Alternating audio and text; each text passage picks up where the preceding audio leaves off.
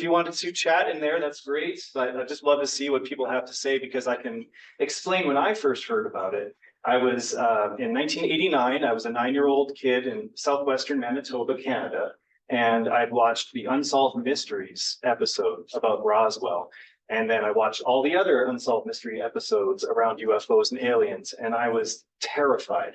I was in my bedroom, I was frozen in my bed, I was convinced that I was going to be taken up by a UFO. I was petrified. But then I saw in our library at the school, there was actually a book there was a children's book about the Roswell UFO incident, which was really interesting. I was in a little prairie town in Manitoba learning about this thing in a faraway land, New Mexico. And so it's always been sort of on my mind a little bit here and there. And then lo and behold, I end up here in New Mexico. And as the state archivist, I'm intrigued about what is here and maybe what isn't here that can support the Roswell incident. So that's my history in this particular topic. What this talk won't do is show or detail any new information, any smoking gun that will just open up these doors. It really is an example or a chance to use something like this event, to talk about archival theory and methodology and how we as archivists look at records and dissect the information to be able to hopefully provide you all with trustworthy resources. But it's also fun to kind of talk about a really interesting history here in our state. So I'll go to the next slide.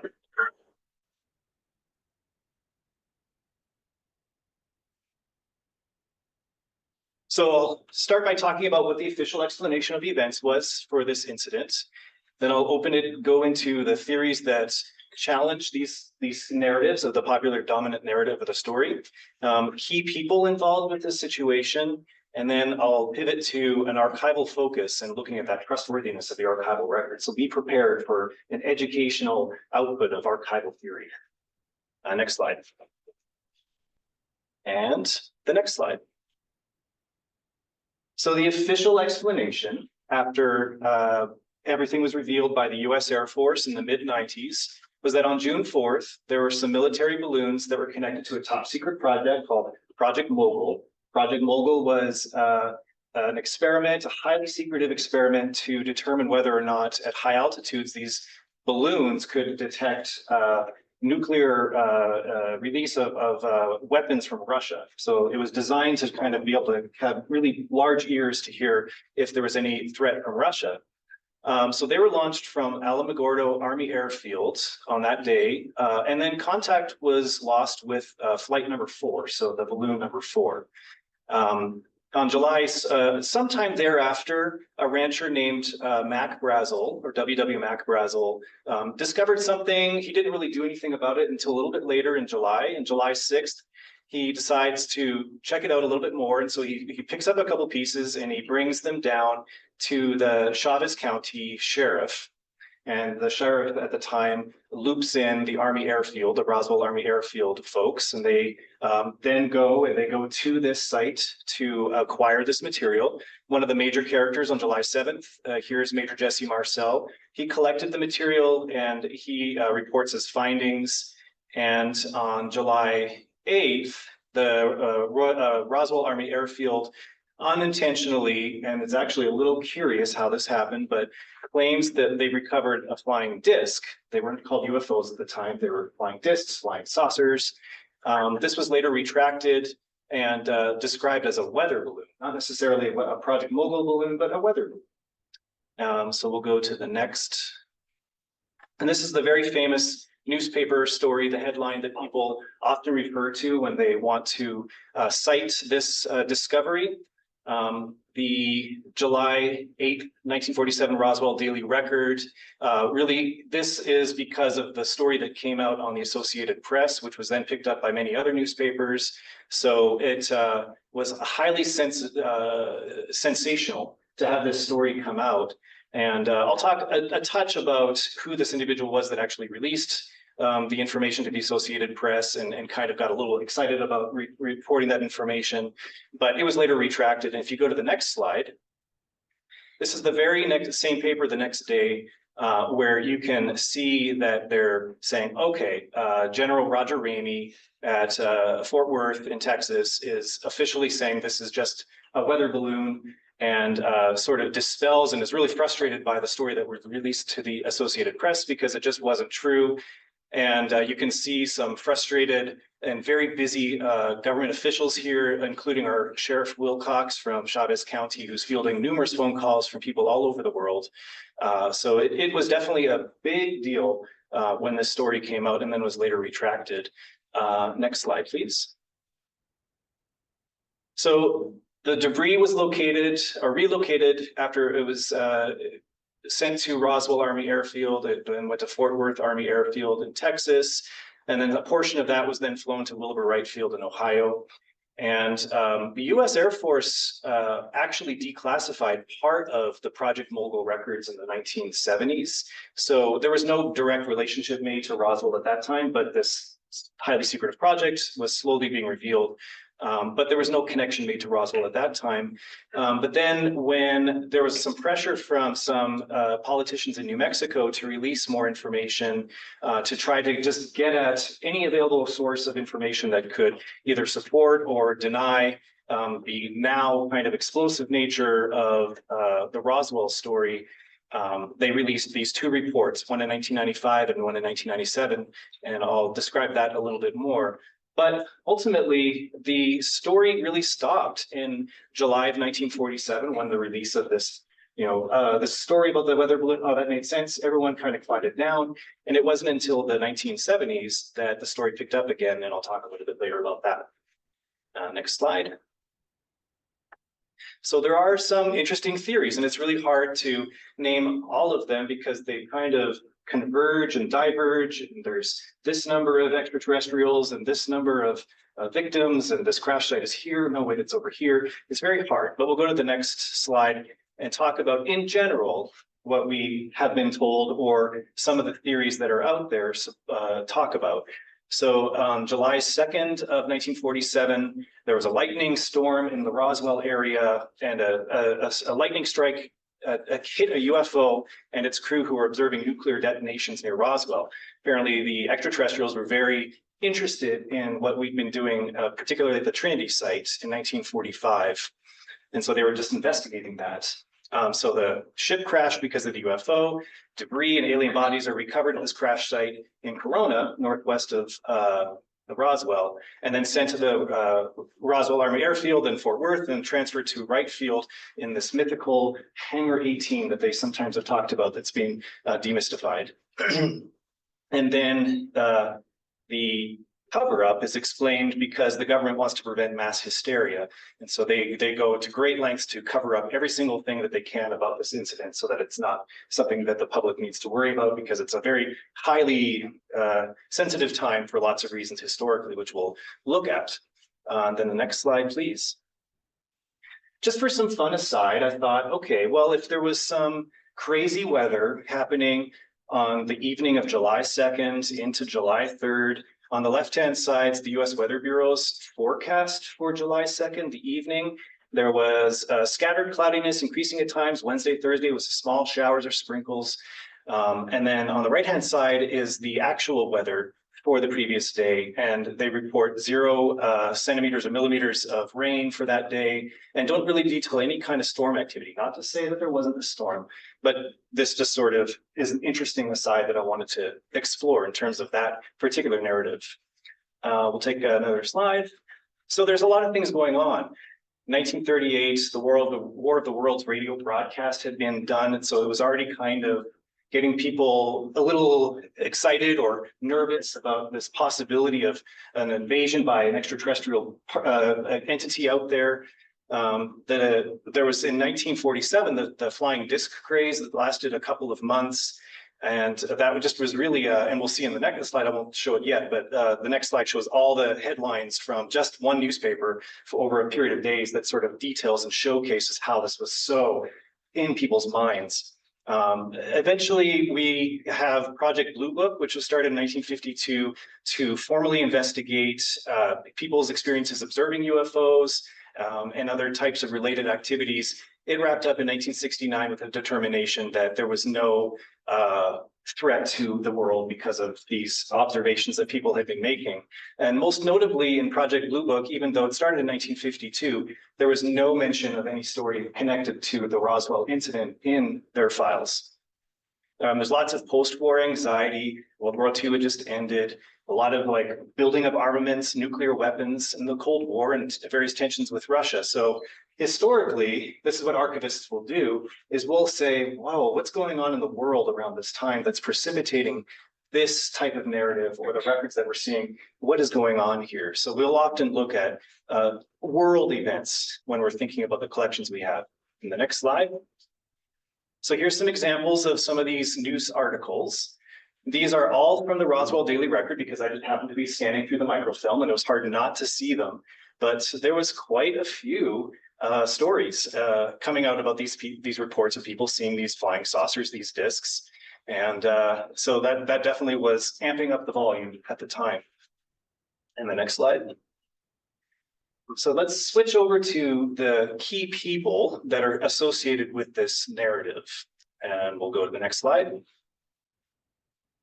Starting with our rancher, Mac Brazel, who was the first person to identify this material and bring it to a government official of some nature. And so he finds this mysterious stuff on his ranch and he drives it down to Roswell and meets with Sheriff George Wilcox, who was the first official that was contacted by Brazel. And then Sheriff Wilcox sort of sees that this may involve something bigger than what he can do as jurisdiction. So he realizes he needs to amp it up to the Royal Army Airfield and bring it to the federal level.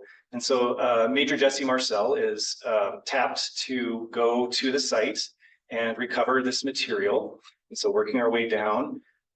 So Marcel joins the flight from Roswell to Texas, where the plane is met at Fort Worth, and the materials are then inspected by the Lieutenant General Roger Ramey, who has reviewed the debris and ultimately retracts. He's the one that retracts the saucer story. And you go a little bit later, Majestic 12, we can't talk about this story without mentioning these mysterious documents that show up at some point in the mid-80s that describe the formation of a group of experts designed to learn and work with extraterrestrials on their technology and science. So I'll talk a little bit about that. And then the real tipping point was in 1978 when the Roswell story was publicized a lot more through a couple of different avenues, one of which was a story in the National Enquirer.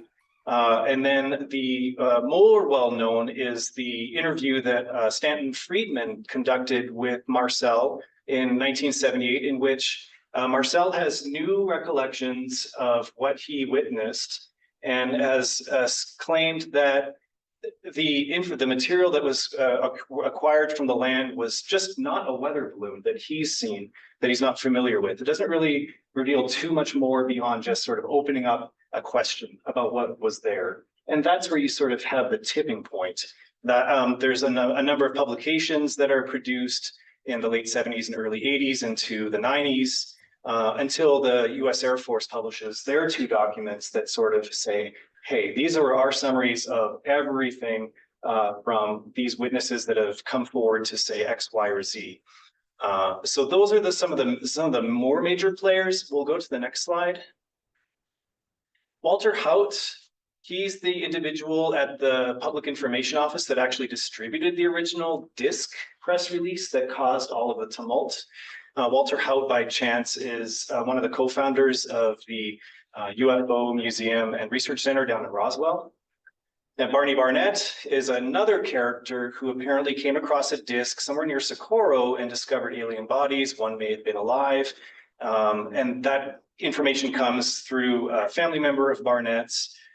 Dan Dwyer is another individual who apparently saw alien bodies at the crash site because he was a Roswell firefighter, and that story also comes from a third party.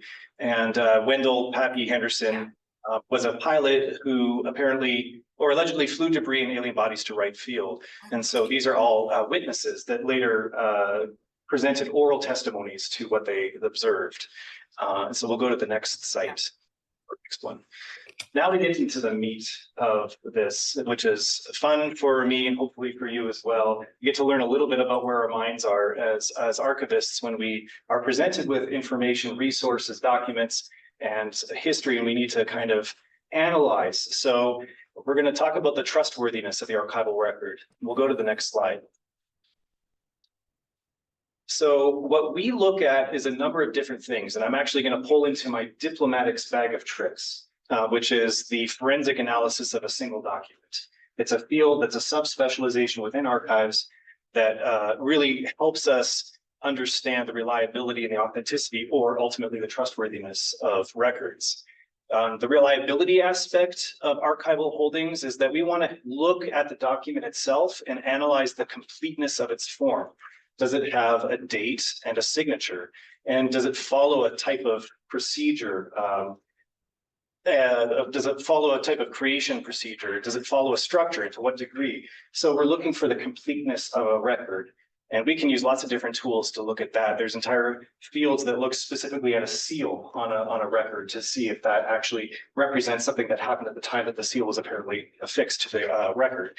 Authenticity is a related concept, and what we really want to do is make sure that that document and all of those records that we're maintaining, that we can share with our public and our patrons the complete chain of custody. And if we can't, then that shows that there's possibility of evidence tampering or the disruption of the records that could cause doubt with them.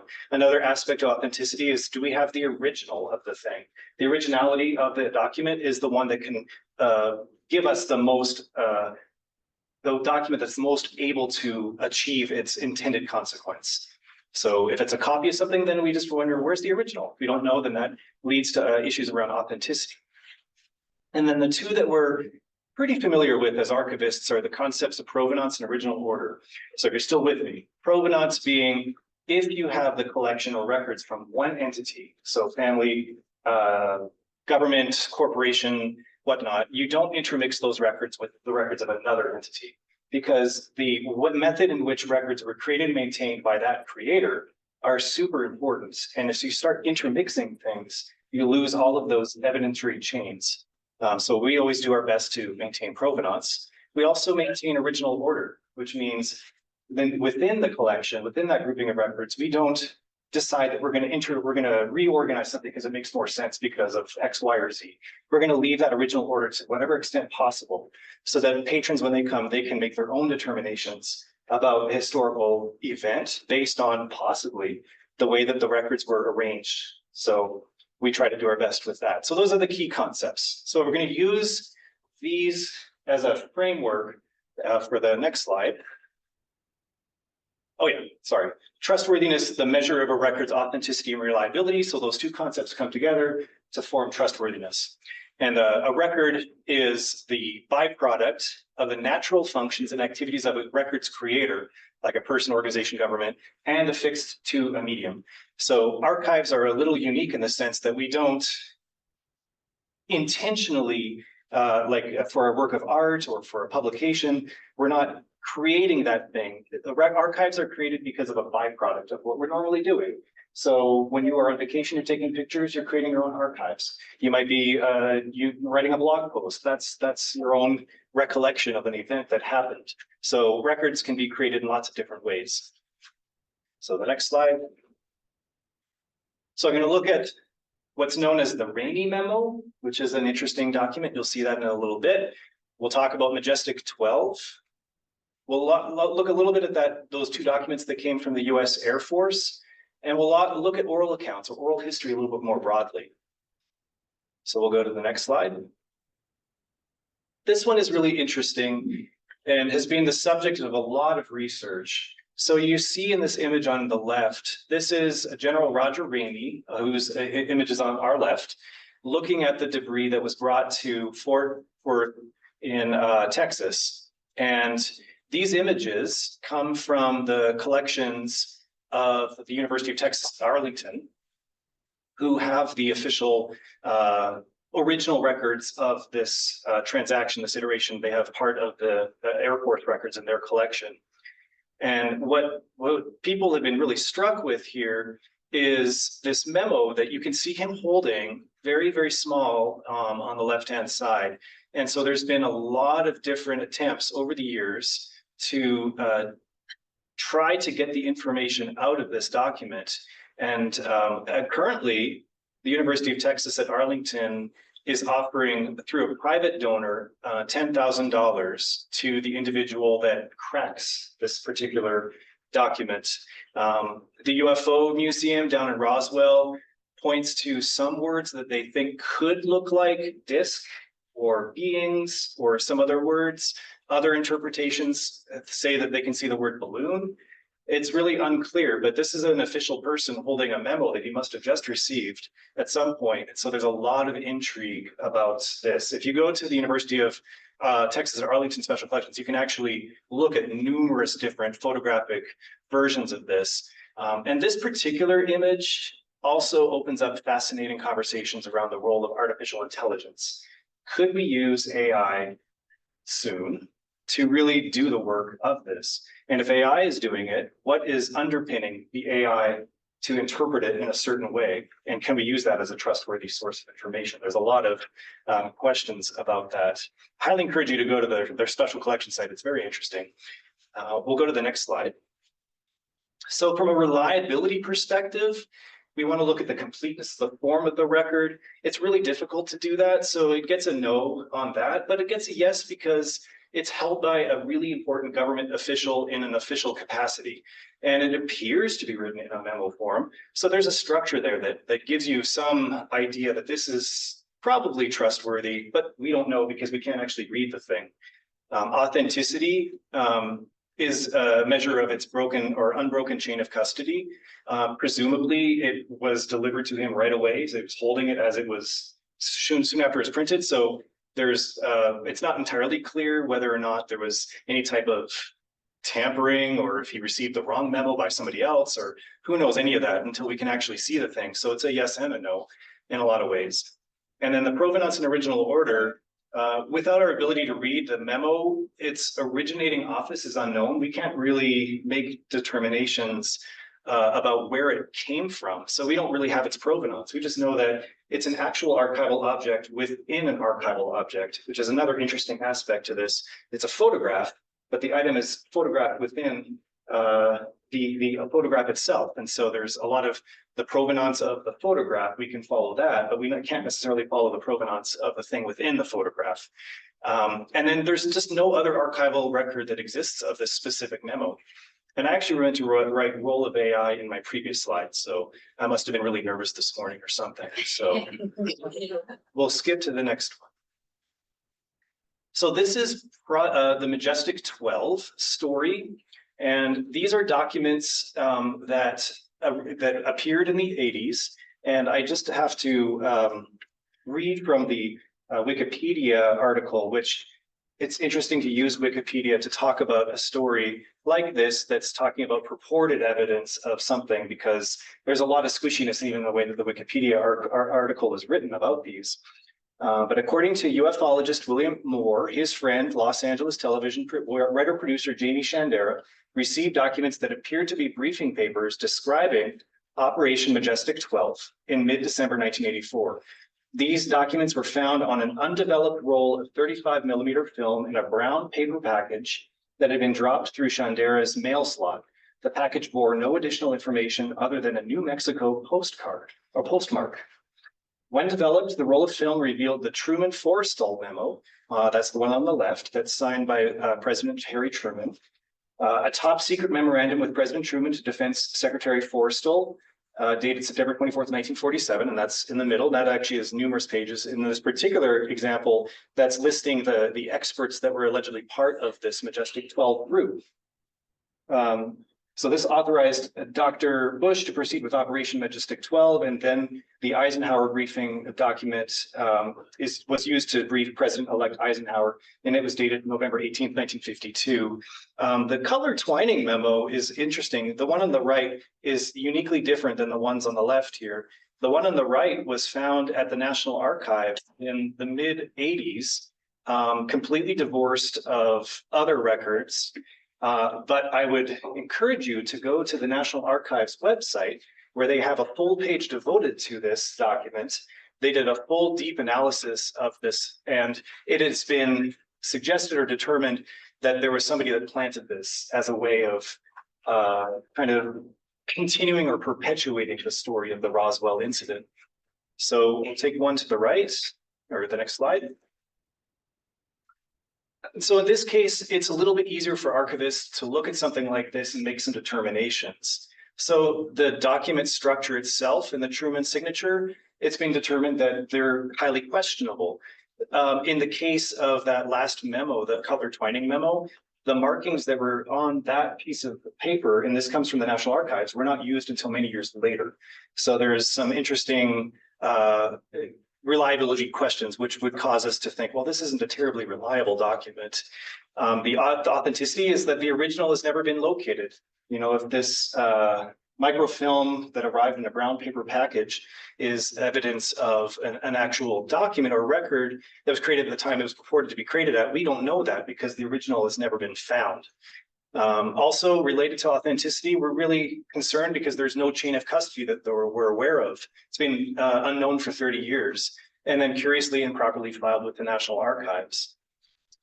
In terms of provenance and original order, again, we don't really know where this came from. We don't know the creator of this record. We know who it's claimed to be, but we don't see other records that sort of envelop and provide the original order and the provenance that would tell us that this is part of a broader collection. The Cutler Twining memo itself is divorced of any other formal record keeping system. And again, the suggestion is being that it was planted at NARA. So highly encourage you to visit that NARA page. It's very interesting. The next slide, please. And so on the bequest, or not bequest, on the request of a couple of state senators here in New Mexico, actually, sorry, one New Mexico state senator whose name is eluding me at the moment, he decided he wanted to get at this information. He'd been asked by his constituents about this. He wanted to get the story, what was going on, and what did particularly the U.S. Air Force or other federal agencies have to say about this situation. And what they turned up with was a very thorough and a detailed 900, almost 1,000-page document, the first one, where they go into great depth about the background of the Project Mogul situation, which was highly secretive. There's in the document, it talks about how they deployed strategies where certain segments of the U.S. Air Force may have been responsible for one part of the project, and then another was over here in charge of this part, but the two never really spoke, so they never really fully knew the entire story. And that was done for purposes of national security. So they linked the debris that they recovered to very likely a Project Mogul balloon.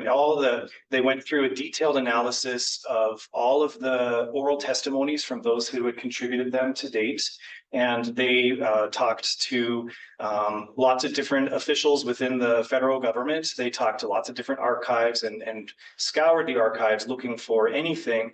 And really, they ultimately turned up empty when it pertains to linking the Roswell incident to something other than the Project Mogul balloon.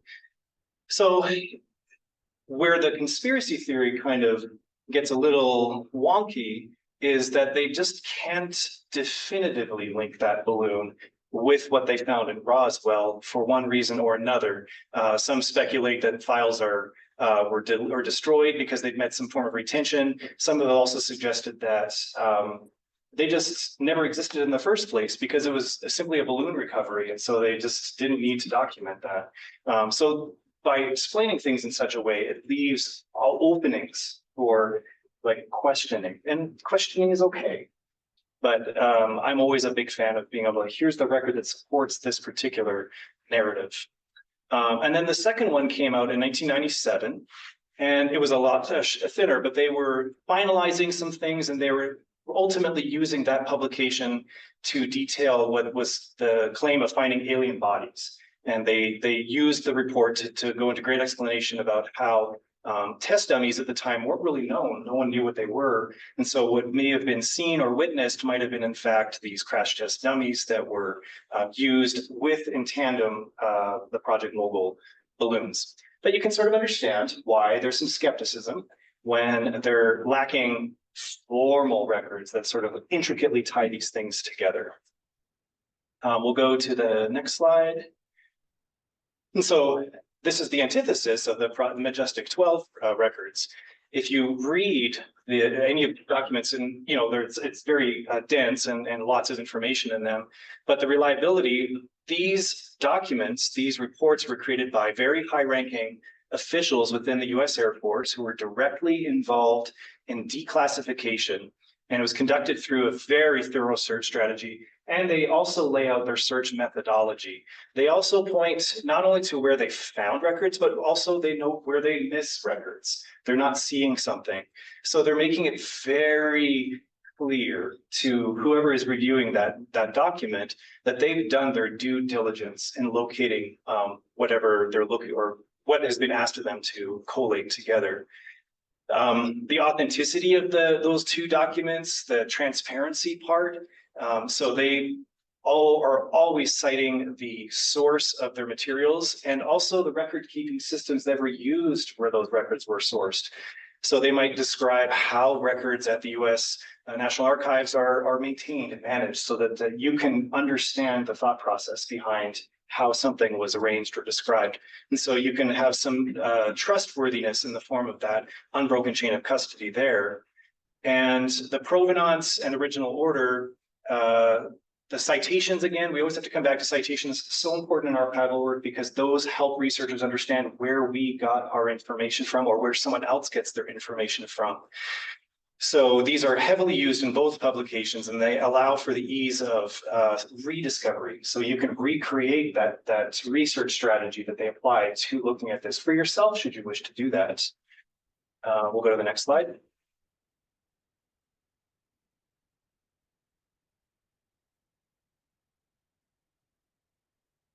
And we're going to talk about oral testimony or oral accounts. Oral history is an interesting form of record keeping for archivists because we often think of oral history or oral testament as filling a void where there would otherwise be a physical record of that event. And so when we think about oral history and we're trying to determine trustworthiness of oral histories, we think of these kinds of considerations.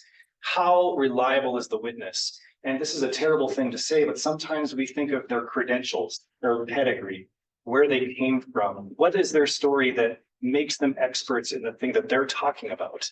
If it's a person talking about their own life, about their woodworking projects, we know that they're probably a pretty reliable witness to what they've been working on in that space. Other considerations are, is this recollection from a first-person account or a second or third-person account? In almost all cases, apart from our own Jesse Marcel, the evidence that we have in oral testimony has come from third persons, so family members of the official that was there. And so the disconnect that creates concern with that chain of custody. The other considerations, does the oral testimony support additional evidence, physical or otherwise? Do we see that there is indeed this physical manifestation of the thing that was described? The other thing that we're looking for is whether the interviewer themselves may have had an inherent bias in how they're interviewing their subject. And so they want to almost present a narrative that comes from the way that the interview is being conducted. Interestingly, we look also at the structure of the record-keeping system itself. In what environment is this oral testament being transmitted? I think of indigenous communities where the structure of oral history and oral tradition is a very codified one, and the trustworthiness of that and the authenticity of that transaction comes from the structure in which those records have been transmitted from one generation to the next. Really interestingly, in Canada, we saw that evidenced in the late 90s when a land claim was settled in the court of law through the use of a song in court that was based off of an oral testament, oral history. And so we're starting to see in legal practice that in a lot of cases, oral testimony in those contexts are willingly admitted and accepted as a legitimized form of evidence to make the case. And is the history consistent? Sometimes you can poke holes in it through other people's testimony, or the same person can say the same story, but then something's different. And I think we see this happen in courts of law all the time. We'll go to the next slide. So again, reliability aspect, the first person accounts can be more reliable. So we might say, okay, there's an aspect of that oral testament that, yes, that's a reliable testament because it's the recollection of that individual. Well, that can get a little grainy and granular is when many years have gone by. That's where that gets a little shaky. And then third person accounts may not corroborate other accounts or support any additional evidence. So yes and no. I'm a big fan of oral history. I think it's a wonderful tool, but I think in this particular case, there's a lot of things that we need to legitimately question. The authenticity can, a broken chain of custody can be evidenced through holes in the story revealed through those facts or through the testimony of others, and whether or not consistency in that narrative has been provided. And then provenance and original order. This is a unique one that I think is really great for oral history. One oral history and the testament of one person is very difficult to intermix that narrative with another person's oral history. They're distinct units, and it's difficult unless you actually manipulate them in some way. It's much more difficult to disrupt the provenance of an oral history. So that's why I would say it's considered good for provenance and original order. And we'll go to the next slide. So those are the analysis of 4 different kinds of things. Where this all really started for me was I came here in October of 2023, mission driven, to find something in our records, in our correspondence files, in our governor's papers, in the records of the National Guard, something that would say, and well, this is a federal incident. It took place on New Mexico land. So conceivably there would be something, but a deep dive into then Governor Mabry's records reveals nothing. There's nothing in there, which some people could say, well, maybe someone came in and scrubbed those records. But we as archivists will also look at any disruption to the records themselves. We'll say this clearly there was something here and now there's no longer something here. We're not seeing any evidence of that. I also want to be able to locate records that support transactions. So a transaction to me is our Mac Brazel, the rancher, goes down to Sheriff Wilcox. You would think that at the Chavez County Sheriff's Office, there would be some type of register or some type of notation about that event. I reached out to the clerk at Chavez County, and that has also turned up empty. Not to suggest that that transaction didn't happen. There's just not really a paper record to support it. And then other archives across the state have information. They might have a correspondence, well, not a correspondence file, but they'll have a vertical file or clippings or things like that. But really, nothing new discovered at our archival brothers and sisters here in New Mexico. And I think next slide. So for further research, I mean, you can go down and they're about to celebrate their big gathering in Roswell, the International UFO Museum and Research Center. That is definitely worth a look. It is a lot of fun. And, it gets you thinking a little bit, because sometimes even me, who tries to be very fact-based, really deeply wants to believe that there's something different, that there's something that we're going to find something. I really want that to happen. But at this point, I just can't do that. But they have a great way of framing the incident, and they have other additional resources there. I highly recommend it. I haven't visited with them here, but in Rio Rancho, the National UFO Historical Records Center, which just recently opened.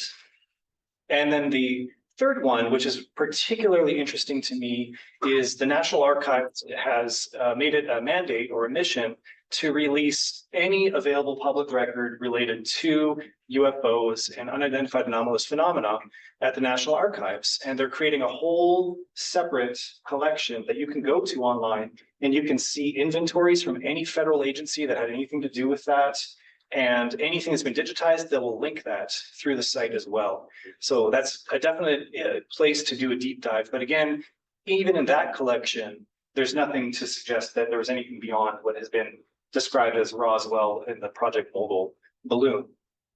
And I believe the next slide is the last slide. So that's all that I have for right now. Again, nothing new, groundbreaking, but I hope that this gave you an idea of the lens through which we look at information and be able to convey that to the public and to our research community.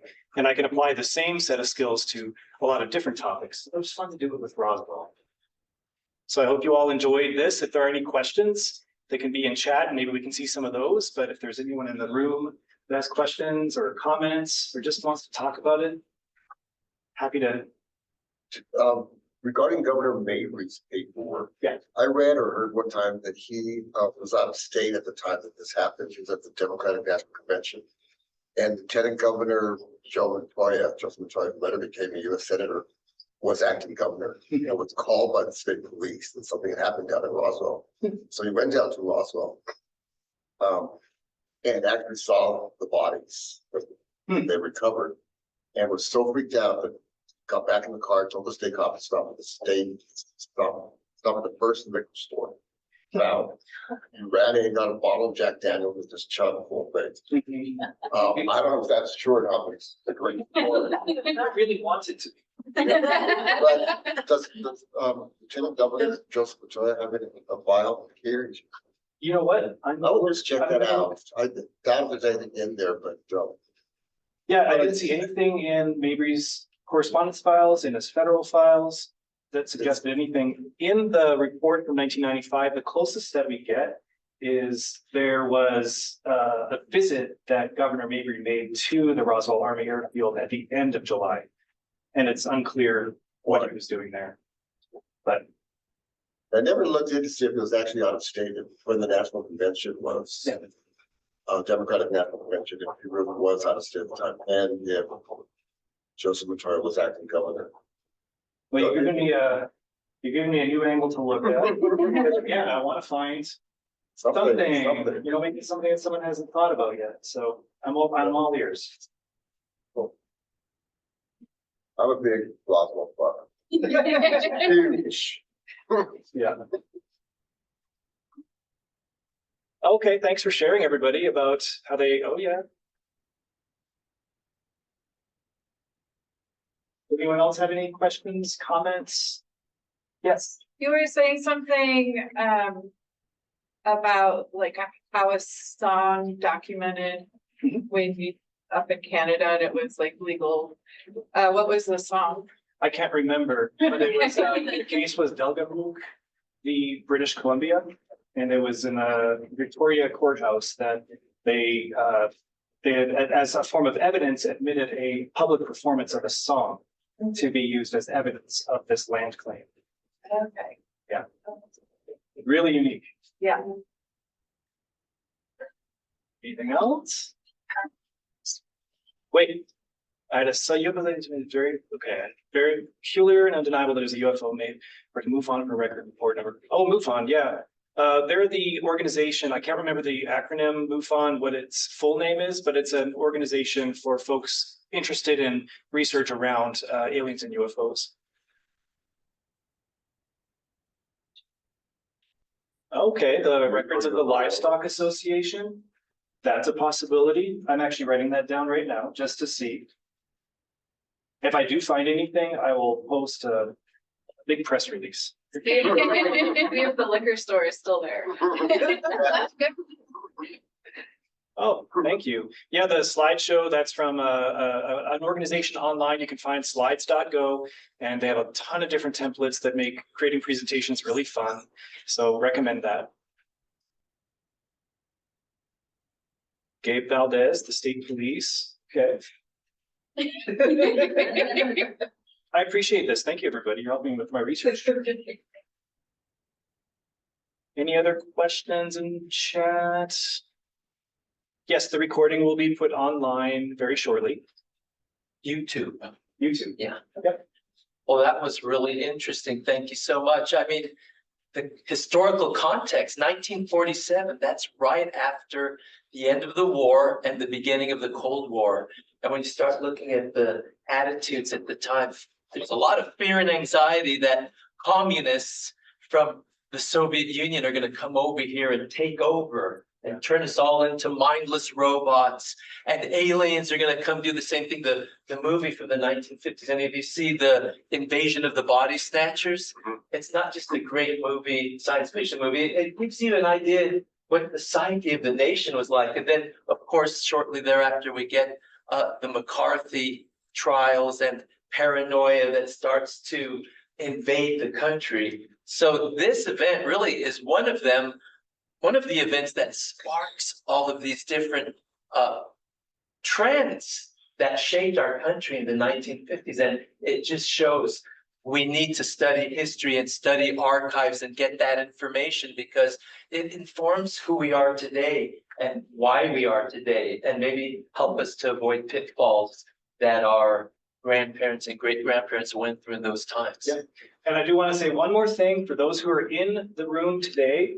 We have a preview of the Roswell case in the archives division downstairs that was curated by our own archivist, Sean Dickerson, in concert with our archive secretary, Margarita Romero. So we will open the door downstairs so that you can see the case that we have, this beautiful exhibit that Sean designed, Sean and Margarita designed. So I encourage you to come downstairs and just do that right at the end of the day, or the talk here. We're happy to do that. Oh, thank you, Jonathan. Great. Thank you.